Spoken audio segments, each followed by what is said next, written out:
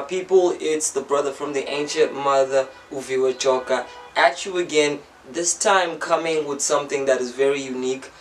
Proud moment as the Headspace kind of opens up an opportunity to review more than content that is audio.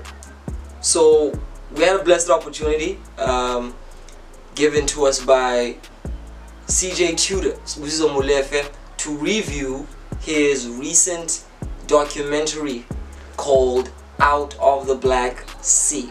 Out of the Black Sea is based on a production he did, and it basically chronicles the hip-hop story through the lens of the African experience, going into this conversation, or narrative rather, of hip-hop actually originating from Africa in spirit, form, and in its dynamic, that being translated into an experience that manifested itself as hip-hop in the American sense as we know it today. Now, the documentary opens up with a bold, spirited, and pretty engaging, prosaic narrative that goes into hip-hop as a kind of a grand mythology introduced to us to empower, and it further dissects the elements of hip-hop and is separated into chapters, each dedicated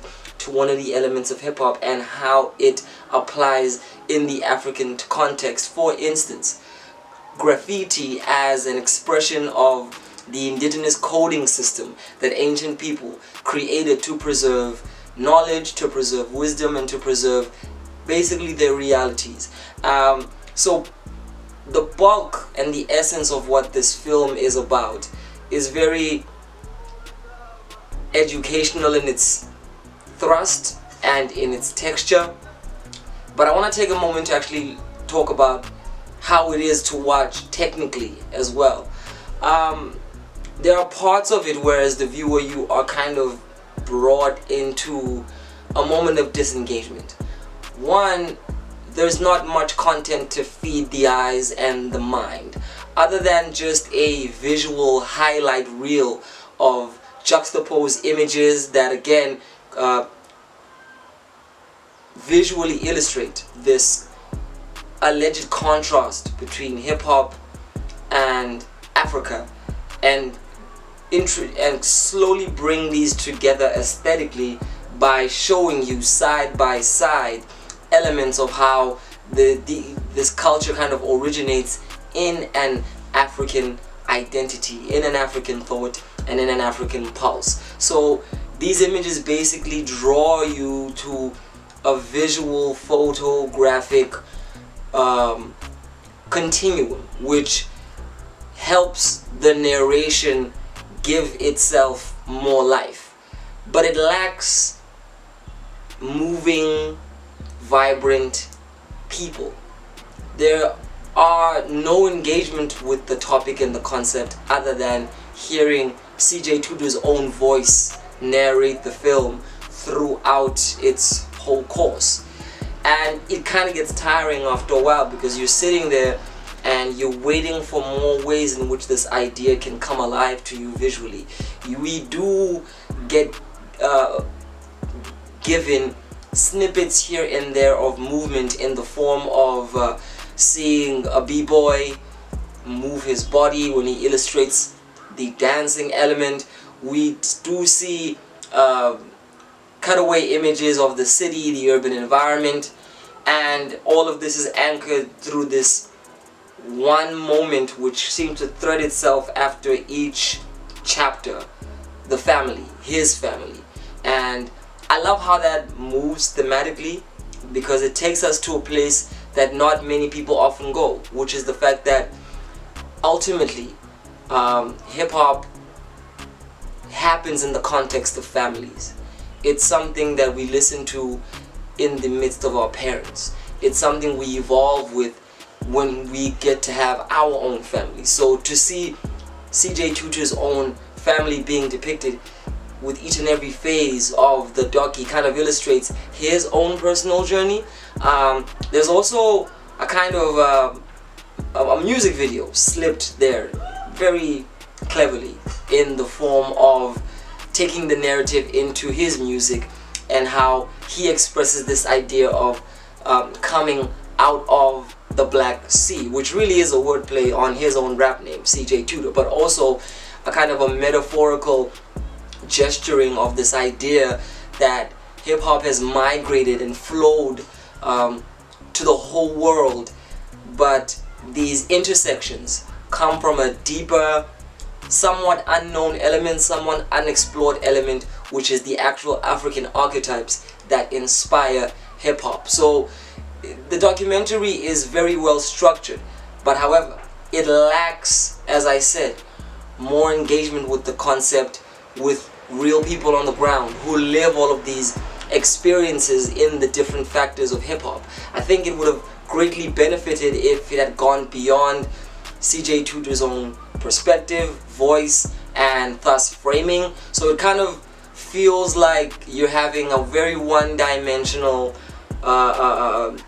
moment into a monologue. One man's conversation with hip-hop, his understanding of the history and the motifs and what makes up the grand story of hip-hop.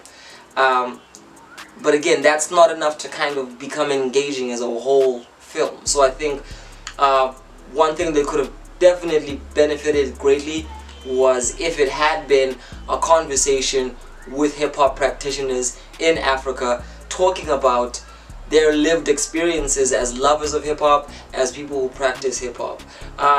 But nonetheless, it's a great moment in our, as the South African hip-hop fraternity, because it gives us all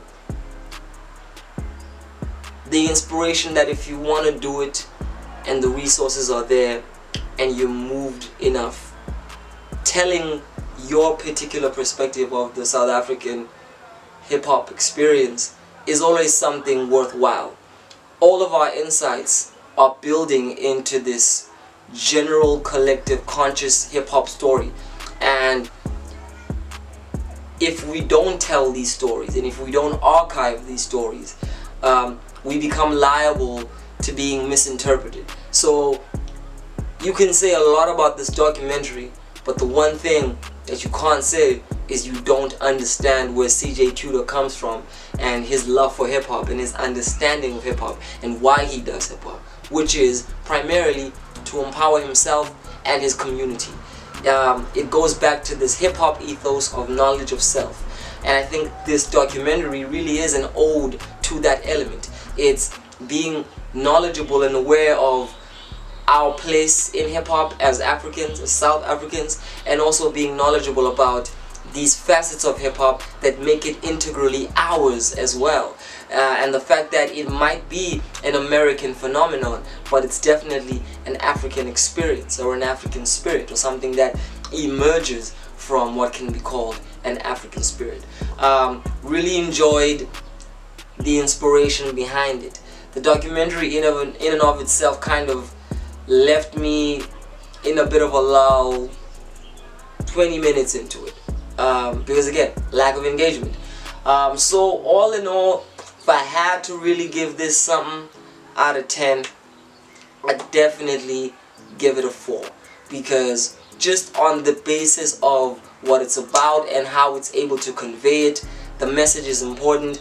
However, we need to have these stories done in a way that transcends us, in a way that takes our journey and relativizes it with our engagement with the rest of the world. So I think watching a film which doesn't go beyond a single individual's lens, perspective, and voice really does become limiting in its capacity to be effective and affective. So yeah, that's my take on the film in particular, but my take on just making movies, making docies, making any hip-hop related content for South Africans is we need it. It's a dire space that South Africans, I think in general, are lacking in. We're terrible archivers of our current experiences.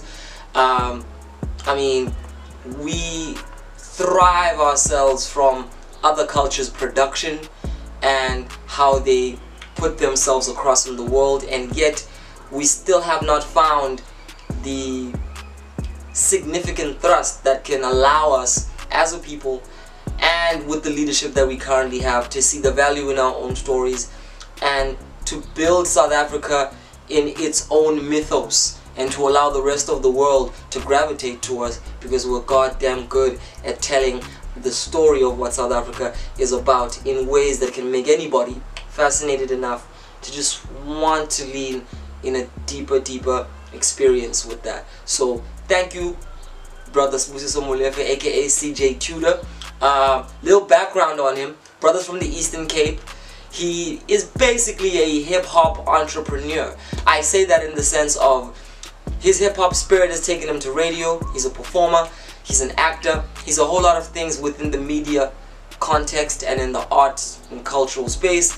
But above all these kind of fancy labels, he's a man inspired by tools that can build his community through using his voice and through using his pen.